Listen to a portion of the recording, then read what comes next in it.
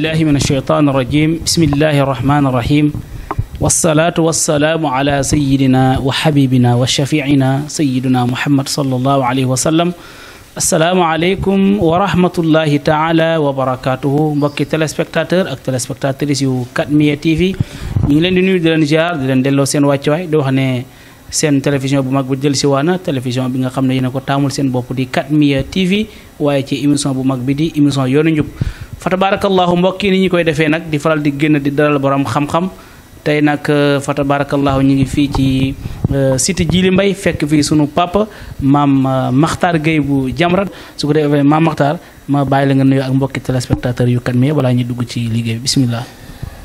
waa kay fa tabarakallahu oustaz Dame Cissé ñu ngi am mbégte lool ci dalal bi ngeen ñu dalal 4MIA TV mënuma rek biital ay ñaan ndax yàlla barkeel seen jéego yi allahumma amin kon nag mënuñu dul rek ñun waa Jamra am mbégte lool bi ñu yégee ne 4MIA TV ñëw na dooleel umma bi kon nag yal na yàlla barkeel seen liggéey allahumma amin yàlla yaatal ko amin ba ñu xëy bés rek dégg ne 4MIA nekk na télévision nationale allahumma amin yàlla mën na lu ëpp loolu yàlla na ko yàlla def amin allahumma amin su ko defee duñ ñëw fii ba dem te duñ la laaj li fi xewoon bu yàggul ci diggante benn woykat bu ñuy wax Wally Seck ak oustaz Makhtar Sarr mu am ay mbir yu xewoon ba plainte juddu woon ci Wally Seck plainte woon oustaz Makhtar Sarr mujj retiré plainteem ndax yàlla dafa dogal oustaz Makhtar Sarr du li muy sama turandoo nekk sama doomu ndey nekk sama xarit moo tax ma di ko wax waaye moom ci wàllu boppam moo jëkk a yëkkati kàddu ne ñaan loowuma kenn njekk waaw kon nag moom bu waxee loolu te ba mu koy wax yóbbantewu ko waaye moo ko biral ci lamiñu boppam li gën a rafet mooy ñu sàmmonte ak loolu waaw moo tax ñun ñu respecté li tubaab di wax sa volonté voilà moo tax waxuñu defuñu ci dara ba yàlla dogal mbir mi am mujjantal bi ñëpp a gis alors kële moo toog ba mu neex ko nee nañ jëmm ji ñuy wax Iran Ndaw moo ci wax xamee ni que jàmm dellu si na am na ñoo xam ne dañu am dégg-dégg bu xaw a safaanoo ak li am naan waaw war nañu bàyyi Wally dañuy def acharnement ci moom acharnement moom la wolof di wax singili neen dañ ko singili may ñu ko jàmm waaw loolu njuumte la ñi koy wax dañu tardé ci wàllu topp actualité ak di topp surtout combat Jamra singali amu fi ñoom ñoo singali askan wi ñoom ñaan di fi ñoom waykat yi surtout moom Wally Seck Jamra soññ na ko ñaari yoon ba ñett te yëpp dañ ko mu siiwal pour nit ñi xam ne dañu nekk ci dëkk boo xam ne ñun ñëpp ay mbokk lañ Sénégal benn bopp la kenn si ñun matul kon bu ci amee ñuy juum rawatina njaboot gi suñu devoir ñun ñuy yëngatu ci wàllu kuréel yi taxaw di yëngatu ci wàllu diine suñu devoir mooy gindi leen ak tamit yedda leen loolu Jamra mosu see jóg loolu nag du acharnement au contraire laaye biir nit ki la bu fekkee dafa juum janvier 96 lañ ko jëkk a soññ moom kan moom Wally Seck dafa jóg indi fi sos daal di am lu mu sos ci wàllu mode mu di benn sac à main waaw bu jigéen boo xam ne dañ koy langal nii waaye góor di ko sol ñun bañ ko gëstoo ñu gis ne bokk na ci ñi ko wasaare ci réew Europe yi ak Amérique benn jëmm ji ñuy wax Kanye West mu di musicien rappeur siiw bu nekk ca réew Amérique ba ñu gëstoo ay mbiru Kanye West ñu gis ne moom moo déclaré boppam ne kenn waxu ko moo ko waxal boppam ci page Facebook am moom kan Kanye West ok fii Wally royee sac bi moo waxal boppam ne moom Illuminati la Illuminati nag laajul xam-xam bu rëy mooy ñi nga xam ne gëmuñu diine à la limite sax dañuy xeex diine yamul ca loola ci page Facebook am du Jamra sosolu ko waaye ku dugg YouTube mën nga dem ku dugg Facebook wala YouTube mën nga dem nga gisal ko sa bopp mu wax ni man Kanye West dama conclure un pacte avec le diable maanaam maak Iblis waaw xaatim nañu ab déggoo yamul ca loola. clip yi mu way. bu demee ba ca fin ba.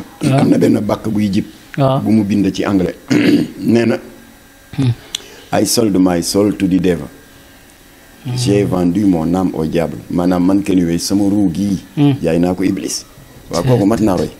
waaw moo tax ñu xeex saak bi Wally bëggoon indi fii def mode. parce que fañ ko royee non seulement fañ ko royee baaxul. waaye dafa commencé woon indi fitna ci dëkk bi.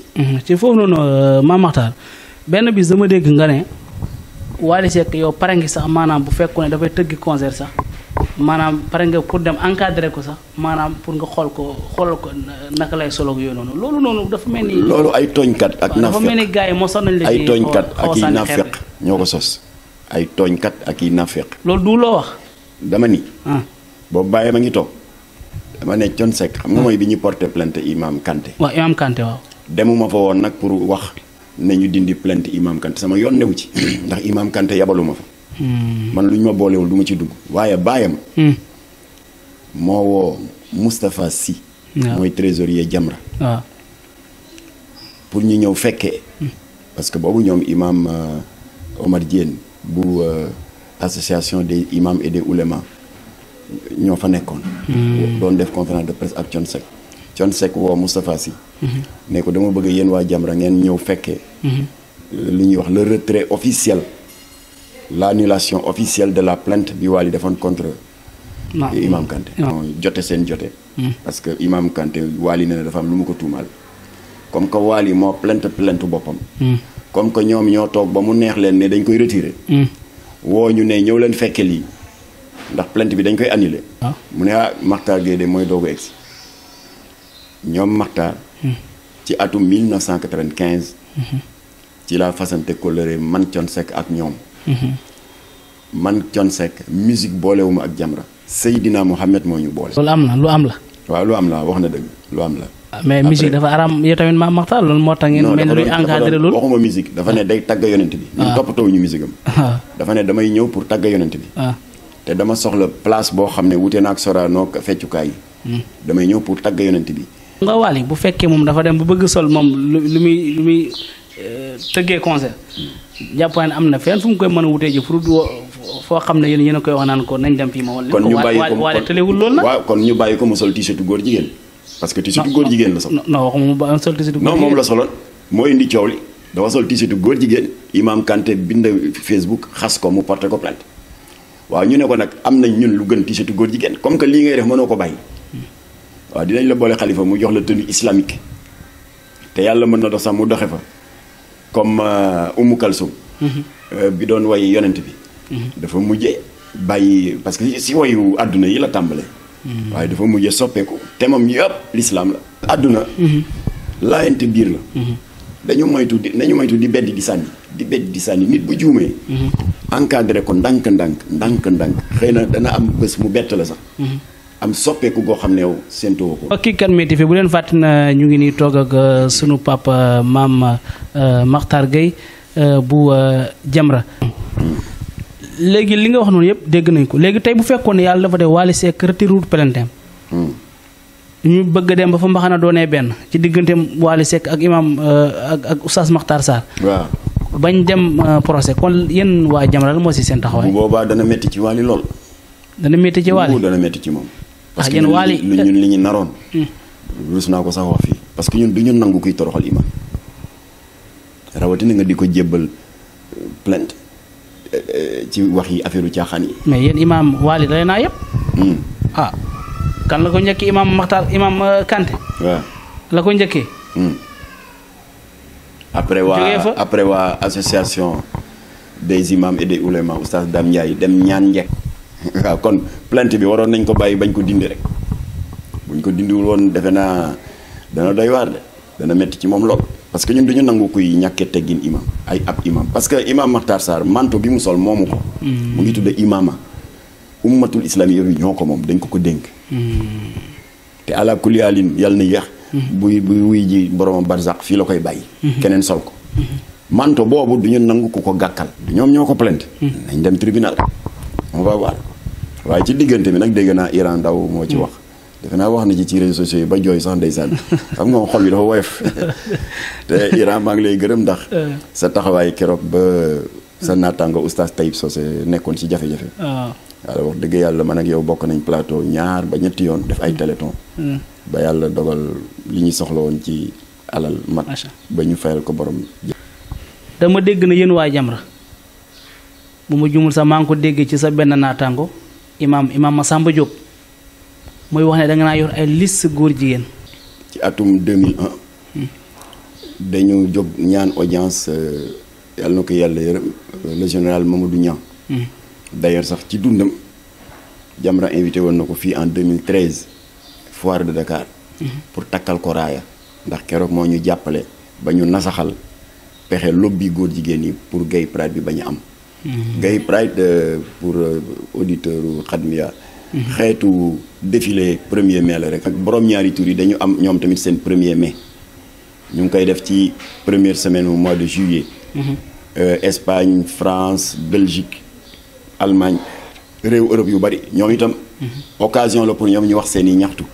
boo gisee tey dëkk yu bari daganal ngóor jigéen. ci défilé yooyu lañ ko kaasee ba am ko. léegi ñu ngi ci yeneen revendication am na ñu ci commencé am ndam mooy pour ñu may leen droit ñuy adopté. parce que xam nga mënuñoo am doom.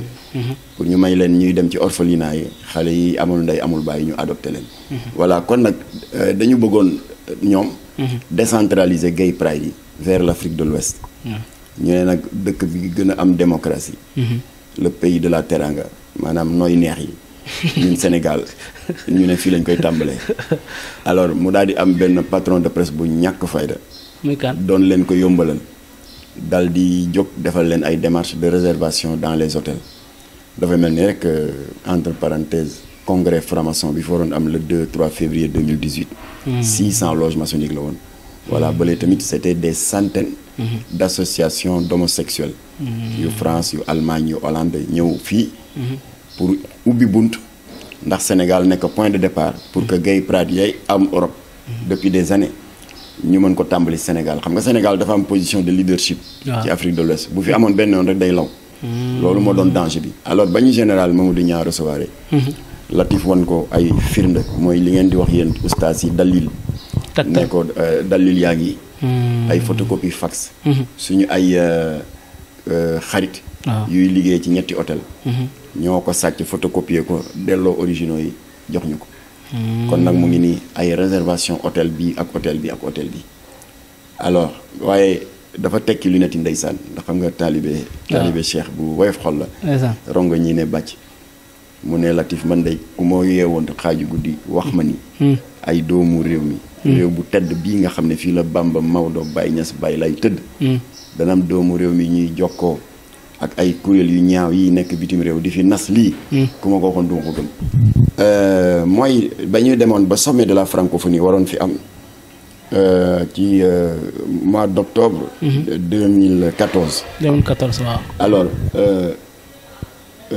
léegi avant sommet bi ambassade Canada dal di yónnee benn bataaxal ONG yëpp d'ailleurs foofu la affaire ba amee xam nga ambassade yi quoi qu'on dise à part ni ñu amee service de visa service de protocole dañu am service renseignements généraux ba pare tamit am base de données boo xam ne mboolem luy parti politique mu ngi fi mboolem luy syndicat ci dëkk bañ leen affecté mu ngi fi mboolem ONG alors léegi nag comme que ñoom bataaxal boobu dañ ko doon jébbal ONG yi te ñun ONG lañu waaye nag ONG ci biir ONG yi ñu yónnee ko ñun ñu jot ko ba ma ko jotee man maay gérer adresse email bu Jamra ba ma ko jotee ma wax ko imam Massamba ne jot naa email bu garaaw a garaaw mu ne da nga ko defal copie sax la wax waaw mu ne ma ah bon defal ma copie ma daal di ko envoyé benn copie ci email mu xool ko rek waaru original balaa ko yónni bu anglais bi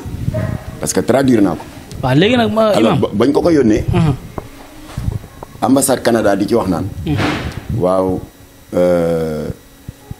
boroom ñaari tur yi Sénégal gis nañu ne dañu am ay jafe-jafe pour accéder à des emplois dañu am ay jafe-jafe pour ami financement ci gàttal gis nañu ne ñun Canada kontaan nañu ci niñ leen di stigmatiser niñ leen di beddee waaye loolu yëpp léegi saafara dikk na ndax suñu gouvernement ñun Canada créé nañ le FCIL le Fonds canadien d'initiative locale kon ñu ngi yëgal kullu association borom ñaari tur yi ku ci am projet nga jébbal ko commission bi yaa ngi koy yónnee ci adresse bii yëpp mu ngi ci lettre bi ma jot mu ngi ci lettre bi ngeen jot waaw na nga ko yónnee ci adresse bii am na commission bu koy saytu bu fekkee projet bu crédible la dinañ ko financer. mu daal di jël 185 millions jox ko association góor jigéen ñi moo taxoon nag bi ma Aly Ngouille Ndiaye recevoir le defe naa au mois de novembre 2019 waxoon naa ko ne ko gis nga benn conséquence su récépissé yi ngeen jox góor jigéen yaa ngi nii. wax nga ko Aly Ngouille Ndiaye direct. waaw nee naa ko non seulement dama la koy wax. lu mu la wax waaye dama lay indil dalil bi jóge ci ambassade bi financé association góor jigéen yi ngeen may récépissé. lu mu la tontu. mu ne ma bon ma ne ko jox ma sa adresse email su may egg kër ga di la ko envoyé. envoyé la ko. waaw kon lii wane ni ngeen leen di joxe récépissé yéen a ngi leen di may doole ñuy triander ambassade yi 185 millions encaissé nañ ko. alors ci noonu nag. laa jotee yooyu information. après werante am ci Jamra ñu ne est-ce que dañ ko war a siiwal wala déet ma ne buñ ko siiwal parce que semaine bi ci le sommet de la francophonie te Canada ci gan yi war a ñëw la ak délégation en tant que pays francophone ñu ne kon nañ ko denc ba gan yi ñibbi parce que buñ ko génnoon dañaa waaw Jamra day dañuy iñaane Macky Sall palam parce que boobu Macky Sall la ngi doog a am at ci pouvoir bi octobre 2013 le 18 octobre alors kon ñu ne kon nañu bàyyi ba gan yi ñibbi bi gan yi ñibbee nag amul benn journaliste bu ñemee wax ne Jamra yónneewu ma ko maa ko photocopier bu anglais bi ak bu français bi yónnee ko tous les organes de presse liste bii ñu génn ñu bari seen sutur xaweeku na mu ne yow est-ce que da nga nekk ci liste bi mu ne waa première liste bi newuma ci waaye ca fin ba dafa def à suivre xam nga kon kooku xelam dalul alors bu ko defee nag ba ñu paree sa semaine ba kër yu bari yëngatu am na ay sëy yu tas am na ñu ñàkk seen liggéey am na ñu gàddaay génn Sénégal ñaar au moins liste franc-maçon yooyu kenn ki gaañu na bu yàggul de mort naturelle waaye kenn ki Atlanta mu nga fa ba tey dafa mujj takk benn jabaru américaine nee na ñëw Sénégal ak dee ma ko gën ndax gàcce googu alors ba ñu franc-maçon yi porté plainte ñu war a dem tribunal ñi tegoon par choc latif naan waaye yoru leen dara da ngeen di show rek ñooñu ñoo jëkk a trahir daw bu ñu dawoon sax yem ci ñu mën a wax waaye dañuy dem ci journalu Mame Less Dia ñu tuddee ko le politicien di yàq Latif ak Jamra lu mel ni xame yéen a bon yéen a tas sëy diw yéen a jaxase kër jàmbur xaw yi sutura diw xoolal yëfu lâche yooyu rek dañu mujjee génn échantillon pour wan leen xam nga dañuy wax ne cin bu naree neex bu baxee xeeñ waaw ñu ne leen dinañ leen ci génneel échantillon ñetti association parce que 16 la benn bi mooy AIDS président ba di Jaaji Diouf moo ci ëpp taalibe góor jigéen ak lesbienne 635 membres waaw comme yàgg naa ko dégg seen numéro de récépissé numéro 15 444 kan moo leen ko jox la DGAT la direction générale de l'administration du territoire direction boobu fu mu ne ministère de l'intérieur beneen kuréel bi di prudence kuy président bi Jamil Bangoura ana seen siège mu ngi fii ci Sicap ki ma wax sànq siège ma ngi Parcelles numéro bi lan la 12 345 délivré par qui la DGAT direction de l'administration générale du territoire du ministère de l'intérieur noonu daal laa ko toppee ba ci góor jigéen yu jigéen yi mu di waa sourire de femme alors ma ne ministre de l'intérieur nag lii échantillon la parce que récépissé genre lijaasa la rek mooy yow am nga carte d'identité légal nga waaye luy ndeyu kuréelu góor jigéen ñu di leen jox récépissé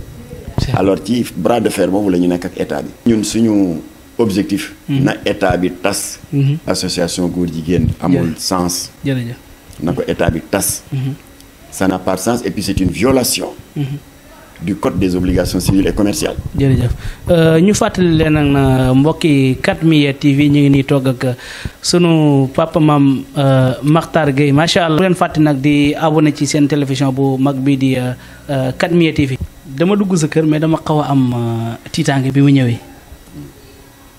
maanaam lu toll ni yow maanaam combat bi nga nekk danse bu mu danse ma ñëw rek soo ne ñu ubbil ma ñëw fekkale yow rek amoo gardien amoo garde corps loolu risque boobu nan nga ko ñemee. waa xam nga nit ku ne ak ni la yàlla bindee. waaw ñun ay taalibe lañu suñu borom subhaanahu wa taala moo wax ci téereem bu tedd bi in yansurkumullaahu falaa xaaliba lakum. voilà bu ko defee nag bi ma nekkee porte-parole mouvance présidentielle bi ci nguuru Ablaye Wade. parce que position bi Seydou Gueye amoon. moom laa amoon.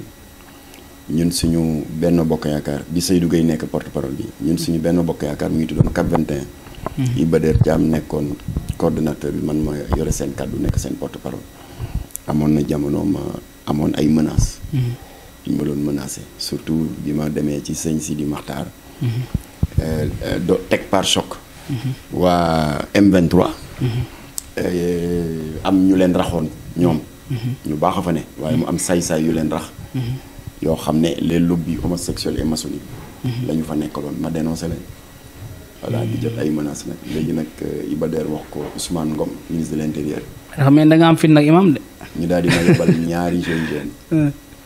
voilà fu may dem ànd ak ñoom fu may dem waaye daal. fu may dem mel ni benn empereur la ñoom ñu ñëw. kërëj mujj gi daal am bés. ma leen daal saa jërëjëf waay. Mame Makhtar aar sa bakkan parce que ngay fàtte ne yow tamit borom njaboot nga Mame Makhtar. ma ne leen nag jërëjëf. ñu ne ma ci lan ma ne daal dama leen di yeewi man xaw ma yi di jaay yu rëy réunion bu may dem gars yi ñëw kërëj xool vérifier xool taxaw ci bunt bi di xaar ba réunion bi pare ñu ànd ak man ma dugg ci oto bi ñu taal seen 4x4 vitre teintée topp ma. Mame Makhtar loolu sécurité la. alors moom daal une semaine lañ ma garder rek man maa ñaan. Iba Der na wax ministre de l'intérieur na jëlaat ay éléments. mais xam nga loolu wóorut Mame Makhtar lii wóorut. voilà alors kon nag. noonu la ma yàlla bindee. alors bu ko defee nag ñu ngi sant borom bi. ndax ñun on n'a rien à cacher. li ko firndaal. amoon na fi jamono daaw. sama doom bu jigéen am problème. loolu foofu laa bëggoon a ñëw sax. kooku dama dégg sax ñu ne xaw ma da nga ko war a wala Amérique xaw ma. foofu laa bëggoon a ñëw. waaw loolu góor jigéen ñee ko wax waaye man waxuma ko. anam fu mu nekk. alors ñu daal di romb na la nii léegi mooy defi cours du soir xam naa da nga ko gisul. ma toog. ba timis passé gisuma ko te daawul def loolu. ba le lendemain gisuma ko maanaam fanaan àll. c'était la première fois. su ma neexoon sikkuma ñi koy def nag waxuma ko tam pour ma valoriser. am na ñoo xam ne seen doom dañuy disparaître 10 jours du leen yëngal sax. man dafa def fanaan àll sa ëllëg sa maa yëngal média yëpp def ay xam nga kuy ko am loolu na ba doo def loolu. ba pare saisir mu ngi may dégg le commissaire Bara Sankaré le patron de la sûreté urbaine. waaw moom moo mën a jox ma signalement xale bi ñu lancer recherche yi partout. alors ba sa ëllëg sa nag ma woo ko commencé gu ma wax sax mu ne ma Guèye patientel ñu ngi seet ñu ngi recherché. ma ne ko amee feeñ na mu ne ma loolu nu mu demee ma ne benn famille laayeen. kër ñoom Fatou Sow sa laay. jàkkaarloog mausolée Seydina Limamou. dama fa ma sa dëkk de 2001 à 2011 10 ans. samay voisins lañu. ndekete moom ay doomam ak samay doom comme que ay maas lañu dañuy demalante ay anniversaire rek seen ñama yooyu. ndeke fa la dem rek guddee fa fanaan fa. non imam baal ma foofu xam nga day fekkee tey sa doom dafa génne ci kër gi dem. xanaa bu mu génn war na la mën a tàggu wala ma war a tàggu yaayam. ma tàggu ne mu ngi jëm ni mu koy defee chaque jour. depuis des années mu ngi jëm centre aéré bii xam nga dafa am parcours sportif. te ñoom dañuy def sport. porte-parole police. le lieutenant Diassy Dioum. di talararare ci rajo yi. waaw doomam bi réeroon. ñun police gis nañu ko. suñu appareil yooyu la ñu jël def géolocalisation fekk ko ci benn auberge xoolal yooyu fen. c'est grave. ma daal di dem ca chef am tegal ko audio bi ne ko xale bi foo leen ko gisee mu ne non ñu gis ñu dara yooyu yaa ko indi ma ne ko kii yi muy wax nag. mu ne il doit pas dire ça ma ne ko na ngeen ko corriger sinon demain je fais un point de presse alors. léegi moi je peux comprendre bu fekkee. parce que waa ji wax loolu man je ne connais pas ses motivations. waaye nit ki bu dee bàyyu xale bi am na combat bu muy mëne te neexu la. waaw na nga am jom am sa fit jàkkaarloog bàyyam mais c'est lâche nga bëgg a dal ci kawam di ko jaarale ci doomam xale bu tuuti bu am 18 ans. alors bref sa ëllëg sa mu tombé woon sa naataango Baba Aïdara daf fi ñëwoon par exemple rek Dakar vacances. mu dégg coow li. mu jaar fi di masalu ba yàgg jox ma idée ne ma Makhtar xam nga lu gën. comme que yow da ngay ne ci ay combat rek. jéem nañ la jaar fu ne mënuñu loo jot. jéem nañ la ger mënuñu laa jot. jéem nañ la gën a jege dof. yu taxaw naan paa bii sama kër du fa jóg.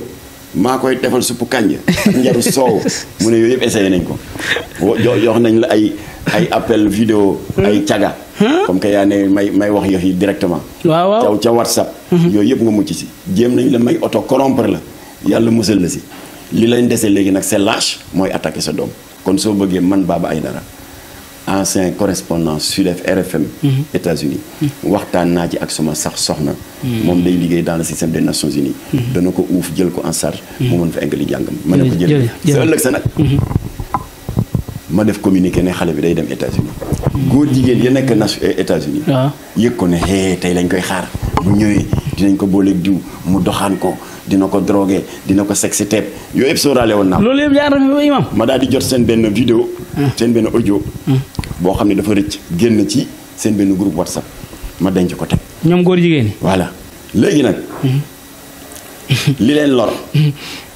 mooy ba ñu yëgee ne procureur jox na ma dëgg ci ñaari punkalum góor yooyu doon fóonante ci concert Wally bi waaw veillu verdict bi ñu ne nag dañuy def live daal di mandaté benn punkalum góor jigéen bu xeesal ba weex tàll mu def benn live naan doomam a ngi fi te fekk xale bi téye naa ko kat demul dama annulé voyage bi mu leen fii Sénégal mosul Gambie xam nga Gambie moo gën a jege waaw mosul teg tànk Gambie waxatuma laa ak beneen dëkk man nax leen góor jigéen ñi taxaw mu ngi fii xam nañ quartier bu mu dëkk xam mbedd mi ñeenti far lay am day dëkk di jaay boppam guddeeg bëccëg xale bi mosul tukki ma bàyyi leen ñuy fen di dajale rek ma def communiqué ne xale baa ngi fi ànd sàmm jikko ñu ngi ko sos 2017 ba ñu koy sos matuñu woon sax 10 ndax waa kii nu mu tuddati nitu dëgg ngi toogoon Jamra ngi toogoon axiru zaman Oustaz Makhtar Sarr bi animé axiru zaman a ngi toogoon Cheikh Oumar Diagne matuñu woon sax 10 personnes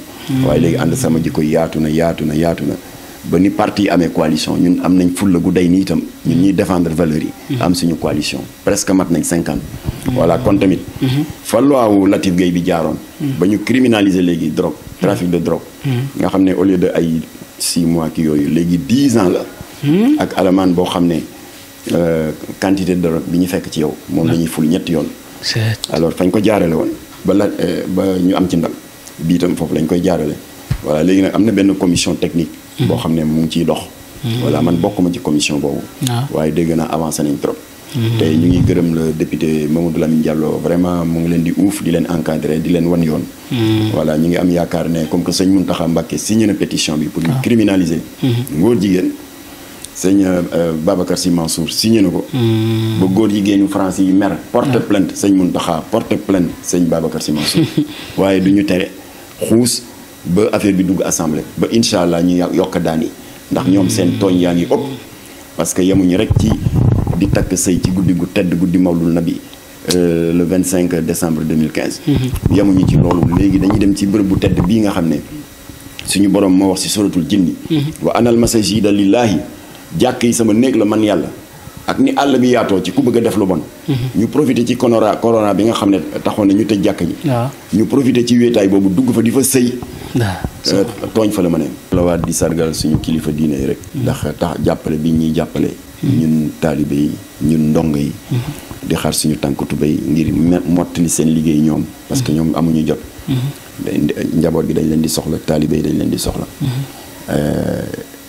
seen jàppale yëg nañ ko gis nañ ko nit ñi sëriñ Abdoul Ahad Mbacké jàppale woon ci suñu projet contre formation bi ma lay nettali sànq te sëñ Abdou Aziz Sy Dabakh def ci xutba bu tàng sëñ Abdoul Ahad boole ñu ak sëñ Mountakha bi nga xam ne dafa bokkoon ci ay jawriñam ba yàlla def ci ndam ba léegi ñoom kuréel yooyu Touba Tivaouane Ndiassane Thiénaba Niassène Medina Baye Layène famille omarienne seen loxo teggeekuwul ba léegi ci xeex bi voilà kon nag mënuñu dul ñaanal leen yàlla ñor di seen i fan te toftal ci wér yal na yàlla dàqal réew mi seytaane def jàmm ci réew mi te te làq ñu Sénégal fu yàq yëgul. amiin asalaamaaleykum wa rahmatullah. mbokki Kan-Mia TV ni mu leen ko waxee ñu ngi nii toogoon ak imam Makhtar Gueye bu Jamra moom la ñu àndoon ak yéen ci télévision bu mag bi di Kan-Mia TV waaye ci émission bu mag bi nga xam ne mooy émission yoonu njub bu ko defee ñu ngi sant ñëpp ñi xamante ni toppoon nañ Kan-Mia TV ànd ak ñun ci Kan-Mia TV dañu seetaan ñu ngi leen di nuyu bu baax a baax a baax a baax